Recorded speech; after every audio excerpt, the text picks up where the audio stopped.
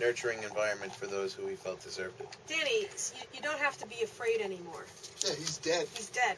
Well, when he was alive, I wasn't afraid. Now I feel like, honor the dead. Really? Yeah. Boy, this is a room of Lucian Hole. I don't know him He at wasn't all. nice to me. I'll tell you that. I never met the guy. I went to his funeral.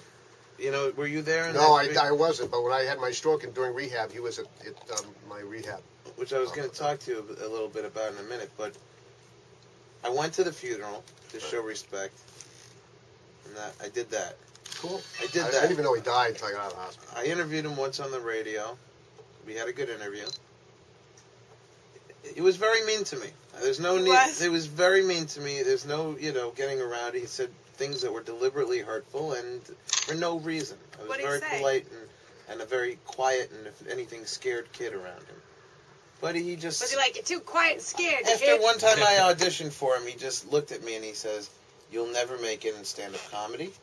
Yeah, that sounds like him. Maybe he pushed me, maybe he said the kind of thing I needed to drive me. Whatever. Oh, like the abusive father that made you leave the house and make I was playing Michael Jordan's acceptance speech into the NBA Hall of Fame for Chris yesterday because it's so charged with viciousness. Like, he goes back to, like, in his acceptance speech, he's like, yeah, I should have got picked for my high school team first or whatever. I don't remember what it was, but, like he's naming still upset names. About it. He's still upset, and he's naming names that nobody cares about.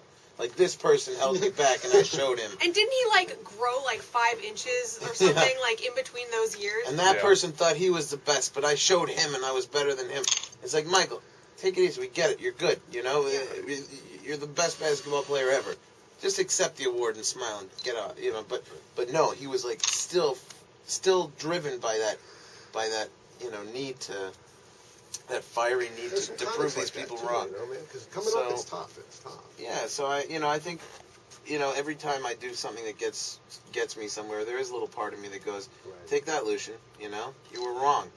You were wrong. I will succeed. And he goes, I audition and I'm nervous. So you're admitting that he's a jerk. Yes, I am. Okay, so he's a total jerk. He should die, and he is dead. Whatever, it's good. But I'm saying he wasn't a jerk to everybody. He did a lot of good in his life. It just wasn't to me. He was arrogant.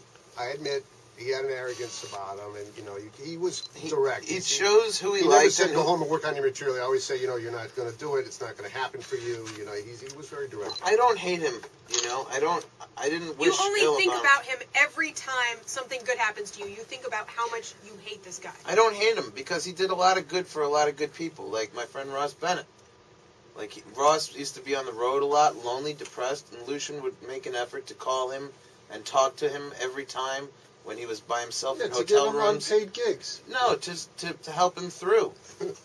He did a lot of good things. Like John was just saying, he came and visited you after your stroke, right? Yeah, well, we were in the. He was sick too. He had that scoliosis or whatever it was. And he was sick, and I said, "What are you doing here?" And he said, "What are you doing here?" So, that kind of thing. He did a lot of good for a lot of people. I wasn't one of them, but I recognize that he wasn't a bad guy. He was just a choosy guy, and if he didn't like you, he was a prick. Yeah, I find it amazing that you actually did have a stroke because you don't seem the least bit stroke. Yeah, tell us about this. What happened? How did it come on? Where were you? I got married. I was 47, and she caused it. I had a stroke a week after I got married.